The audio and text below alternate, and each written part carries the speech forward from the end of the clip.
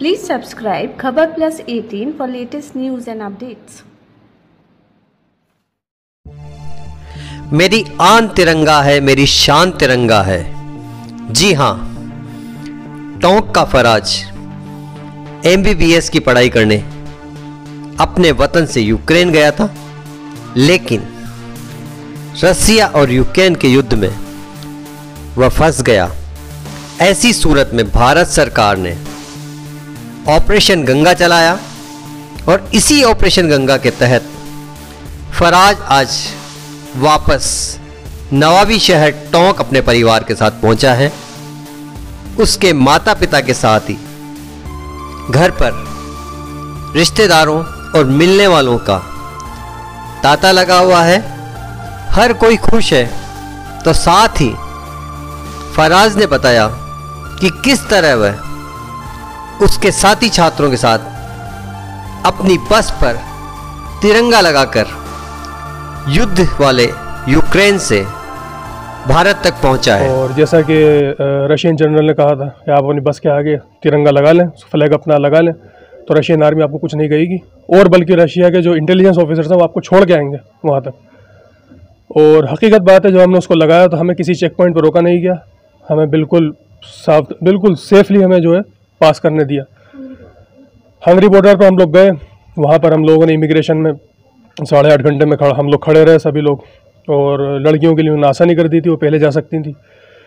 और उसके बाद निकलने के बाद हम लोग इमिग्रेशन ऑफिस से हंगरी बॉर्डर पर गए। वहाँ पर हमारी ट्रेन के अंदर वीज़ा लगे, 15 डेज़ वीज़ा। उसके बाद हमें इंडियन एम्बेसी द्वारा श्री श्री रविशंकर का जो आर्ट ऑफ लिविंग इंस्टीट्यूट है वहाँ पर हमें शिफ्ट कर दिया गया। वहाँ 2-3 दिन हमारी खातिरदारी अच्छी हुई, खाना पीना सब बहुत अच्छा दिया गया। लेकिन वाक़तन इंडियन एम्बेसी ने बहुत अच्छा काम किया। जैसे हम लोग वहाँ से निकले, हमारे लिए इंडियन एम्बेसी द्वारा बस की गई उस आश्रम से एयरपोर्ट तक। एयरपोर्ट के अंदर हमें बढ़िया खाना खिलाया गया, पानी दिया गया free, everything was for free. जी, मैं क्रोपेमिन्स्की से, यूक्रेन में जो स्टेट है, और ये सेंट्रल स्टेट ऑफ यूक्रेन है। कीव, जहाँ पे ये बमबारी हुई और बहुत ज़्यादा जो है प्रॉब्लम हुई, वहाँ से 300 किलोमीटर की दूरी पर है। एंड उसके बाद में वहाँ से हम लोगों ने बस की और इंडियन एम्बेसी के थ्रू हेल्प थी, बस गाइडलाइंस थी।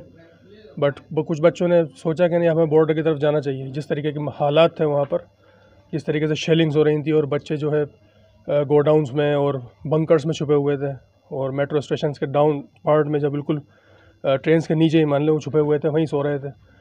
उस चीज़ को मद्देनज़र रखते हुए उन लोग बच्चों ने ये सोचा कि नहीं, हम अब बस करते हैं। तो वो बस हमें पड़ी 2 लाख रुपए की। हम कुछ अराउंड 175 स्टूडेंट्स थे। हम सब ने अपने पैसे इकट्ठे करे, वो बस करी। और जैसा कि रशियन जनरल ने कहा था कि आप अपनी बस के आगे तिरंगा लगा लें, फ्लैग अपना लगा लें, तो रशियन आर्मी आपको कुछ नहीं कहेगी। और बल्कि रशिया के जो इंटेलिजेंस ऑफिसर्स हैं वो आपको छोड़ के आएंगे वहाँ तक। और हकीकत बात है, जब हमने उसको लगाया तो हमें किसी चेक पॉइंट पर रोका नहीं गया। हमें बिल्कुल सेफली हमें जो है पास करने दिया। हंगरी बॉर्डर पर हम लोग गए। वहाँ पर हम लोगों ने इमिग्रेशन में 8.5 घंटे में हम लोग खड़े रहे सभी लोग। और लड़कियों के लिए उन्होंने आसानी कर दी थी, वो पहले जा सकती थी। और उसके बाद निकलने के बाद हम लोग इमिग्रेशन ऑफिस से हंगरी बॉर्डर पर गए। वहाँ पर हमारी ट्रेन के अंदर वीज़ा लगे, 15 डेज़ वीज़ा। उसके बाद हमें इंडियन एम्बेसी द्वारा श्री श्री रविशंकर का जो आर्ट ऑफ लिविंग इंस्टीट्यूट है वहाँ पर हमें शिफ्ट कर दिया गया। वहाँ 2-3 दिन हमारी खातिरदारी अच्छी हुई। लेकिन वाक़तन इंडियन एम्बेसी ने बहुत अच्छा काम किया। जैसे हम लोग वहाँ से निकले, हमारे लिए इंडियन एम्बेसी द्वारा बस की गई उस आश्रम से एयरपोर्ट तक। एयरपोर्ट के अंदर हमें बढ़िया खाना खिलाया गया, पानी दिया गया free, everything was for free. कि नहीं, ये पॉलिटिकल है, ख़त्म हो जाएगा। ऐसे ही ये लोग लड़ रहे हैं, अभी ख़त्म हो जाएंगे। हत्ता कि जब वो डोनेट्स्क और लुहांस्क पर भी आ गया रशिया, तब भी ये लोग यही कह रहे थे कि नहीं, वो बस ये पार्ट लेगा और चला जाएगा। जब कीव पर सुबह हमला हुआ, उस दिन मैंने जो दहशत देखी वहाँ, तो वो दहशत देखने लायक थी कि हमारी जो वार्डन थी वो बिल्कुल कांपी हुई थी। और मुझे बस इसका हाथ ऐसा करने पड़ा, वो रोना शुरू हो गई वहीं पर ही। मैंने उसे गले से लगा लिया। तो कह रही थी कि मैं हिल गई हूँ सुबह के धमाकों से। जो मैं कंफर्म कर सकता हूँ वो इन यूक्रेनियन सोल्जर्स का पोलैंड बॉर्डर पे जो बदसलूकी की गई इंडियन स्टूडेंट्स के साथ, वो मैं विटनेस कर सकता हूँ। क्योंकि जिस आश्रम में मैं रुका हुआ था वहाँ एक लड़का पोलैंड बॉर्डर का आया हुआ था। उसने हमें बताया कि उसकी मैं समझ रहा था कि मैं 8.5 घंटे खड़ा रहा, तो ये मेरे लिए बहुत बड़ी बात थी। वो बच्चा 25 किलोमीटर चल करके गया अपने सामान के साथ। उसके बाद वो 8 घंटे की लाइन में लगता है। उसके बाद वो 4 घंटे फिर चलता है, फिर वो 8.5 घंटे की लाइन में लगता है, फिर वो पोलैंड बॉर्डर पे जाता है। वहाँ जाने के बाद कुछ अफ्रीकन्स ने ऑफिसर्स के साथ हाथापाई कर ली, पोलैंड ऑफिसर्स से। उसके दौरान उन्होंने इंडियंस को भी मारा, हत्या के लड़कियों और लड़कों सबको मारा। वाहियात गेम खिलवाए, जिसमें से 2 गेम उस बच्चे ने बताया कि एक तो वो कह रहे थे कि आप घुटने पे झुको अपने और ज़मीन चाटो तो आपको इमिग्रेशन में जाने दिया जाएगा। दूसरा गेम वो जो बता रहे थे कि लड़कियों के साथ खेला जा रहा था। और तीसरी चीज़ वो थी, वो कह रहे थे कि यूक्रेनियन में आंसर दोगे तो ही तुम्हारा इमिग्रेशन वीज़ा मिलेगा, अदरवाइज़ कोई इंग्लिश नहीं, कुछ नहीं। ये बदसलूकी की गई। और मुझे जहाँ तक लगता है, मैं जितना इस बारे में मेरी जितनी नॉलेज है, जिस दिन से रशियन जनरल ने ये कहा था कि इंडियन फ्लैग लगा लो तो आपको जाने दिया जाएगा, उसी दिन के बाद से इंसिडेंट बढ़ना शुरू हो गया। उससे पहले ये लोग कोऑपरेट कर रहे थे, सब कुछ फाइन, एवरीथिंग वाज फाइन।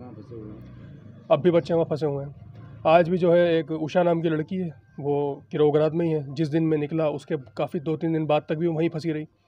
उसके पास पैसे की कमी है और पेरेंट्स, सबसे बड़ी परेशानी यही थी। तो मेरा ये मानना है कि इंडियन एम्बेसी को ये सोचना चाहिए कि आप जो है यूक्रेन के अंदर आप क्या कर रहे हैं वो ज़्यादा इंपॉर्टेंट है। आउटसाइड बॉर्डर तो कोई भी कर लेता है, हमें फ्री संस्थाएं भी मिल गई, सब कुछ हो गया। और कोई लोग हमारा टिकट भी करवा देते हैं, जैसे रोमानिया में कुछ अरब जो ग्रुप थे उन्होंने बच्चों के फ्री टिकट करवाए, उसमें इंडियन एम्बेसी का कोई रोल नहीं है। मेरी जो फ्रेंड है इजिप्शियन, उसकी जो कज़िन है, उसने बताया कि हमारे फ्री टिकट्स हो रहे हैं। तो ये बड़ी बात नहीं है। बड़ी बात ये थी कि आप हमारे हॉस्टल से इंडियन एम्बेसी की गाड़ी भेजते और सेफली वहाँ से हमें इवैक्यूएट करवाते। ये नहीं किया गया और इसी का हमें अफसोस और दुख है। मेरा नाम मोहम्मद शफीक है। कैसा लग रहा है बच्चा वापस?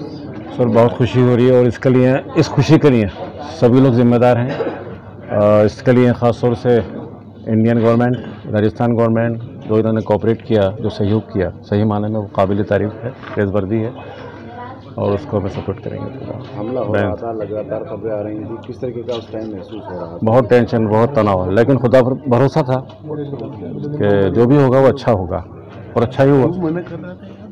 सारी चीज़ें कोई हिसाब नहीं।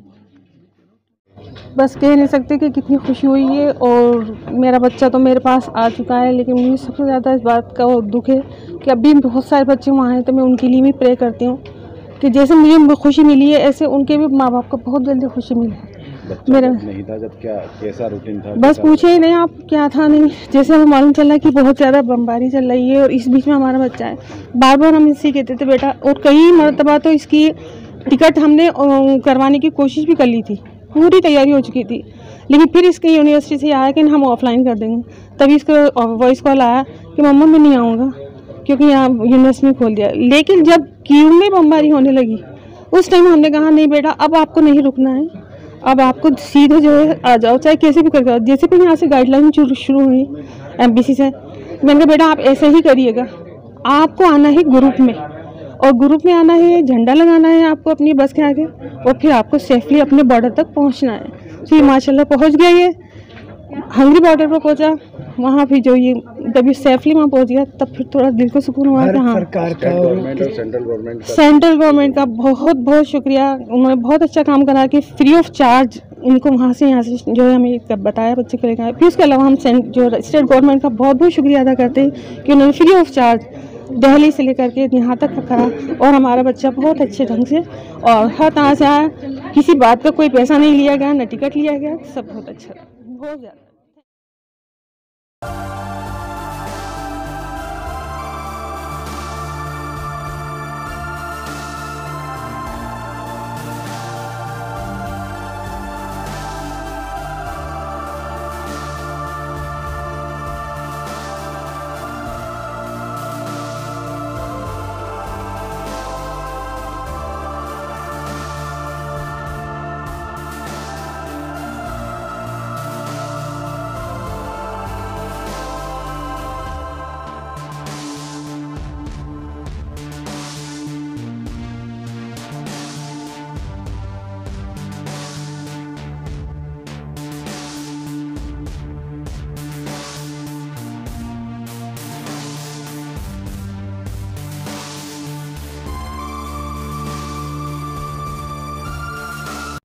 Please subscribe Khabar Plus 18 for the latest news and update and press the bell button.